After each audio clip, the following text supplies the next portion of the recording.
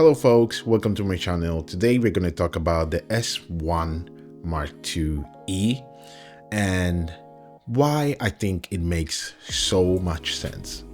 Many people have complained about it, that this camera don't make enough sense for them to upgrade from the S5 Mark II X or the S5 Mark II to this new S1IIE. But there are quite a couple of things that I think people didn't really understand about what Lumix is actually doing that nobody else is actually doing. And we are gonna get into that. But the first thing that I think people needs to understand is that this is a totally new S lineup of cameras that Lumix is putting out there. And what I mean is that this is probably gonna be the new design for Lumix S lineup of cameras. So they have had the older body that the S5 Mark II, the S5 Mark II X, and the S9 have, which is kind of the newer body they started when they got the face detect or the face hybrid detect autofocus system. And then now they evolved to this specific body where many things on this were things that people were actually asking for. And I think that this camera is actually the camera that the S5 Mark II X was supposed to be, because it was the video-centric kind of camera that the S5 Mark II was the photocentric camera. And who has been following me for the longest time know that I've talked about a lot of the features that I'm going to talk about today that I wish that the S5 Mark II X had. And in the S1 Mark IIe, they literally deliver all of it. Okay, so let's start from the IBIS, right? So it's drastically improved with, and now they have a dual IS2. While before it was just dual IS, now they have a dual IS2, and it came with an improved IS mode, which is kind of the cropless mode, which doesn't crop at all, but it uses the part of the sensor and the image that usually sensors don't use to stabilize the image, and a boost of more than 3 stops of image stabilization from 5 that you had before to 8, which I never really even felt that Lumix needed to improve on that, but they improved on that in a really crazy way. There is kind of a little bit of a caveat there. So there is 8 stops in basically in the borders, and then there is 5 stops in the middle. So they kind of combine 2 stops together to have the best possible stabilization, which is amazing. Well done, Lumix. You were already class leading. Now you are even further. The next thing is the CFX Type B card slot. Many people actually asked about it on why Lumix didn't deliver it in the S5 Mark II X. And because there is, the ProRes recording internally, which you cannot record internally.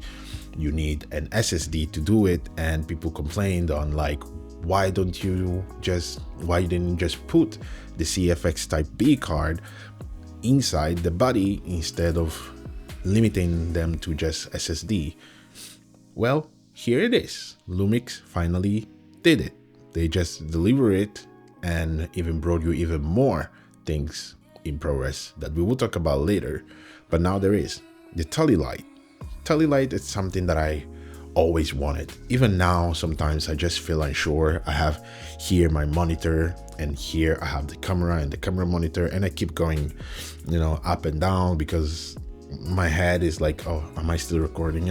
But luckily there is, there is the red bar around the image to tell you. So that's kind of a good way for you to monitor, but to have a telly light is a totally different story. So now there is one in the back and one in the front, which is amazing. Well done, Lumix. The next one is going to be the 4 freeway axis or tilt plus freeway screen, which it's something that as soon as the S5 Mark II X was announced, I was like, damn, Lumix, you literally lose a chance to actually step up your game and be the real leading in the creative space, because everyone wants this screen. And now finally at an affordable price, because you have to understand that all the other companies that have this type of screen, the cameras cost way more than this. So to have it at the 2,800 euros, this is mind-blowing. Now you have a screen that until now it was considered for pro body cameras in a friendly price camera. Okay, might be pricey, obviously. 2,800 is a salary for many people, monthly salary for many people.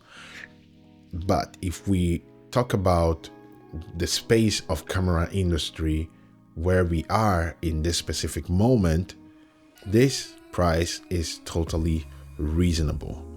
Yes, you can buy other cameras used on the market that will suit you for sure better, but there is no other camera at this price point that will give you a better body that this camera has. And then it's up to you what you want to use your money for, or if you want to give specs away because you just don't want to spend that money, that's fair. But for me, this price point is fair, especially for everything that Lumix is delivering. And one thing that I forgot to do for Lumix is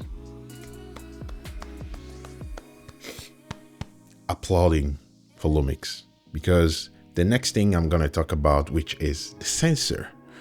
The sensor is technically the same sensor that we have in the S5 Mark II X and the S5 Mark II and the S5, and then the original S1, and then the S1H Mark I, and then the S9. So kind of the same sensor that we have seen for the past years since Lumix has been in the full frame lineup. But this is kind of a little bit tweaked, is it right? So they basically tweaked the sensor a little bit. Basically what they did is improve the science. So they just brought in the new color science that they have created in this new sensor by just giving you a better color science compared to the S5 Mark II X. Not that the S5 Mark II X color science was bad, like you can see it now, it's not at all. But now the color feels a little bit better, a little bit more natural, a little bit like, I can't explain you. Like if you have seen it, you understand what I mean.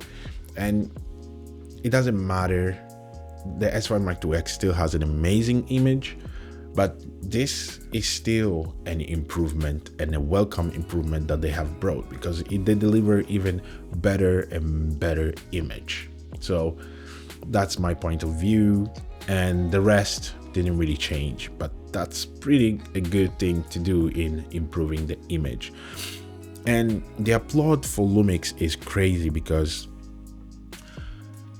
Lumix, I feel like Lumix should be basically become the software developers for all the manufacturers that do the sensors that Lumix uses, because the way that Lumix managed to squeeze things out of those sensors is just mind-blowing.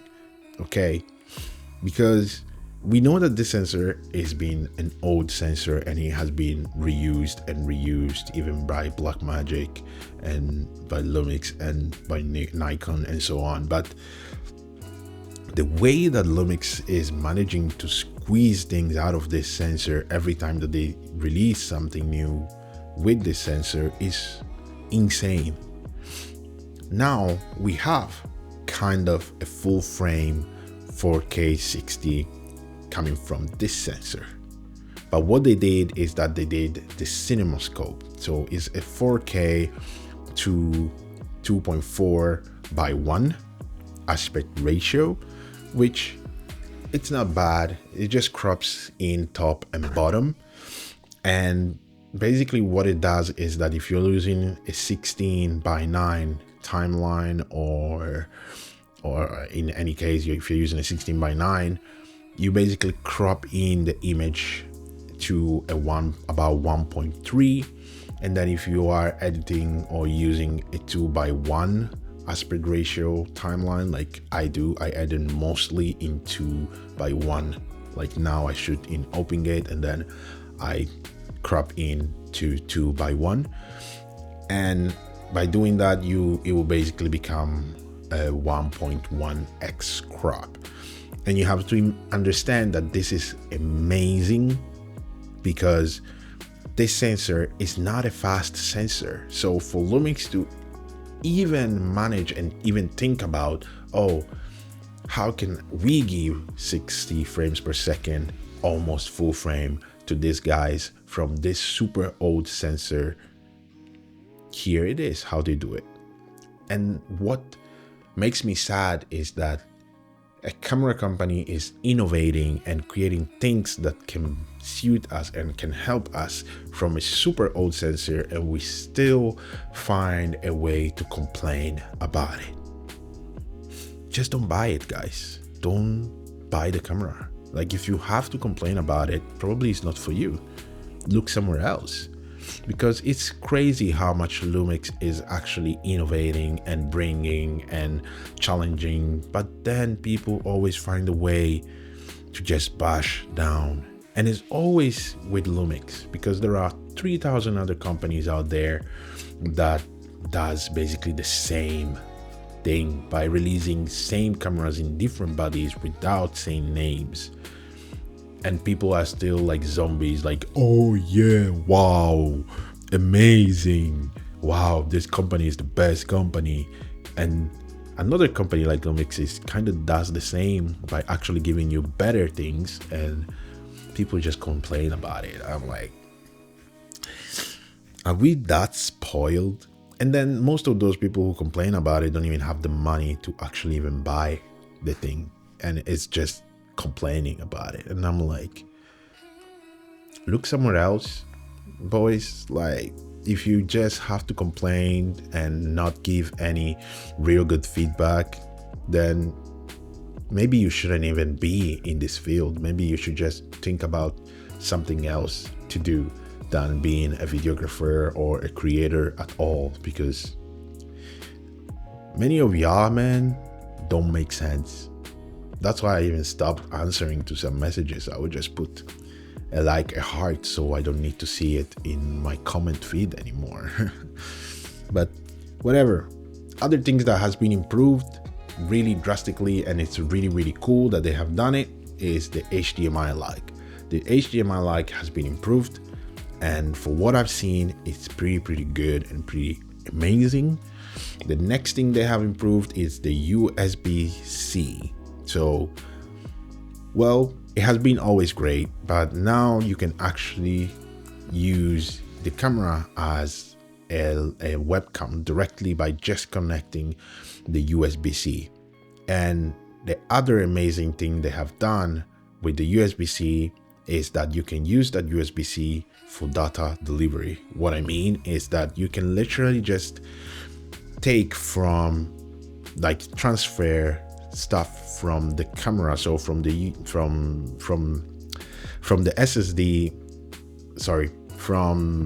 CF Express Type B card or your SD card in camera straight to the SSD, which is really cool. So if you, after shooting, you don't have your computer with you and you want to transfer your files to a backup memory, so to the SSD that you usually use for backup, now you can do that through directly in camera, which is pretty cool. No other camera company has even thought about that or do that. And if there are other camera company out there, share down below which other camera company, because I don't know about them.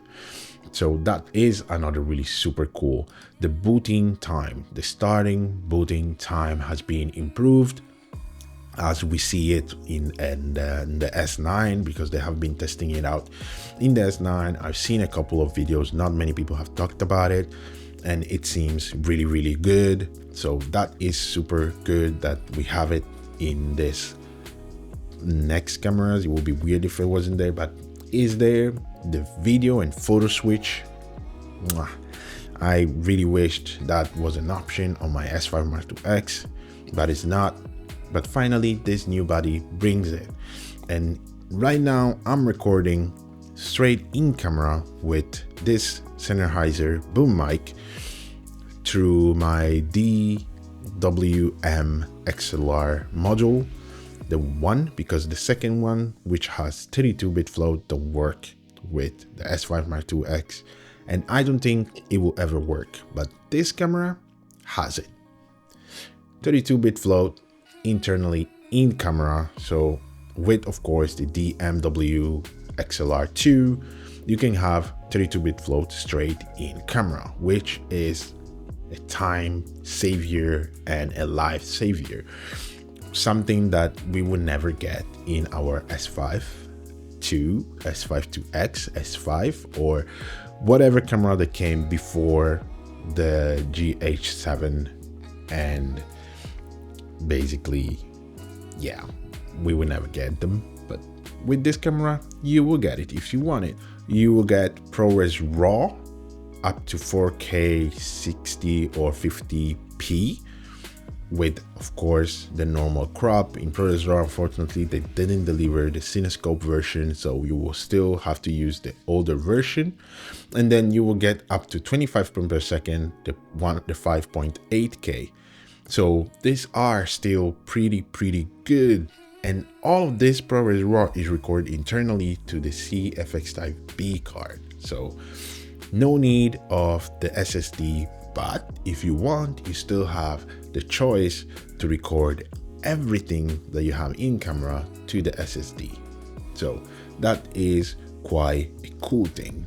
We have an AI dedicated chip now inside the camera.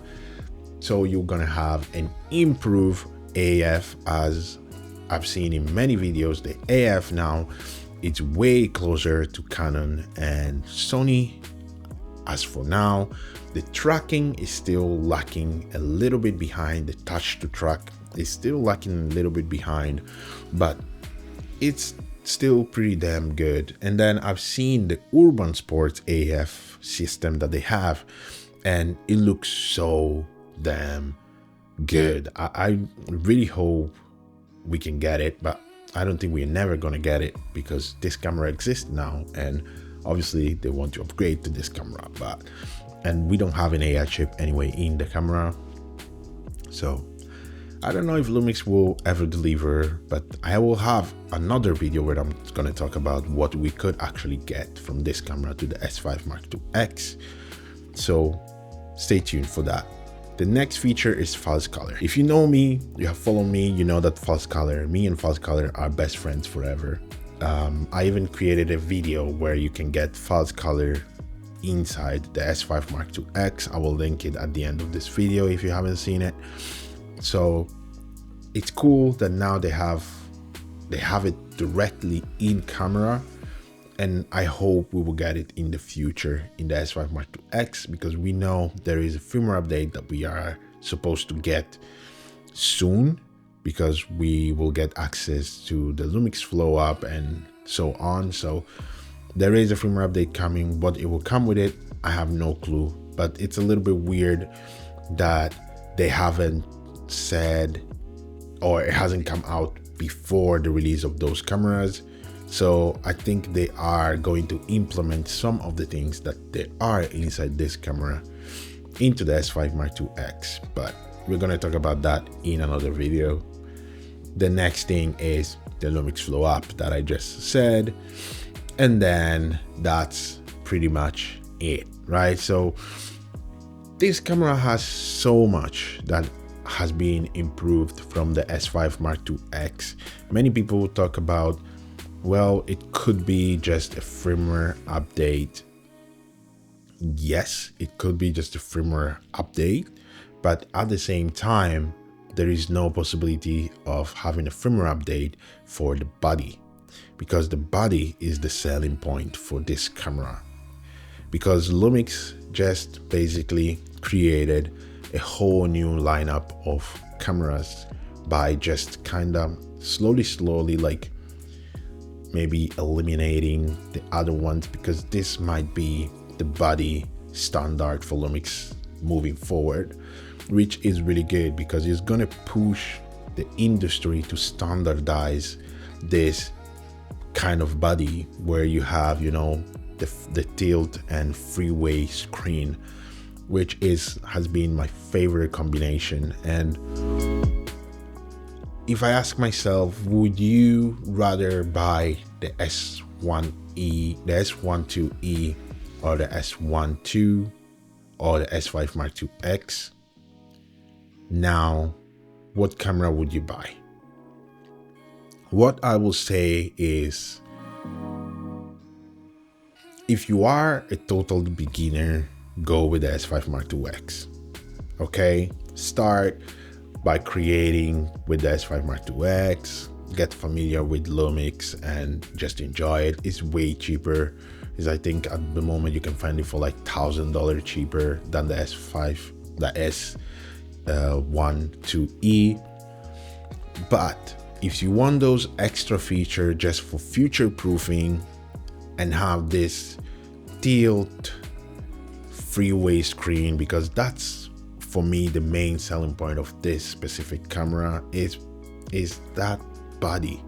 The body, like if the S5 Mark II X wasn't there and they came out with the S1IIE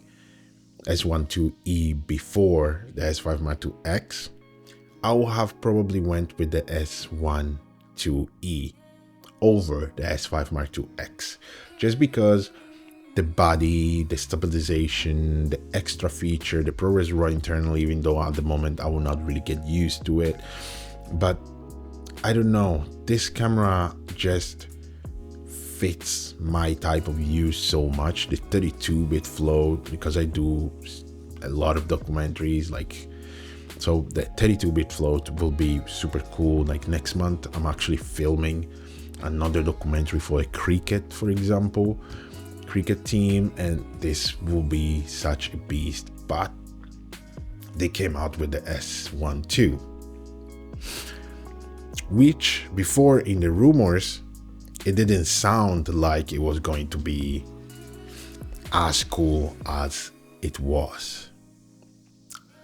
So, which camera would you buy?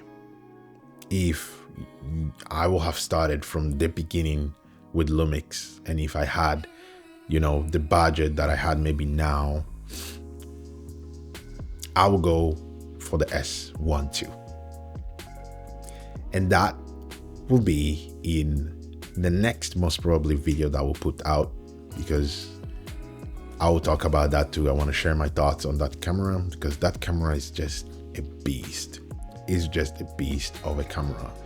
It has the same sensor as the Z6 Mark III, but what they squeezed out of that sensor, it's mind-blowing. But that will be in the next video, so consider subscribing and let's have a chat. If you want to watch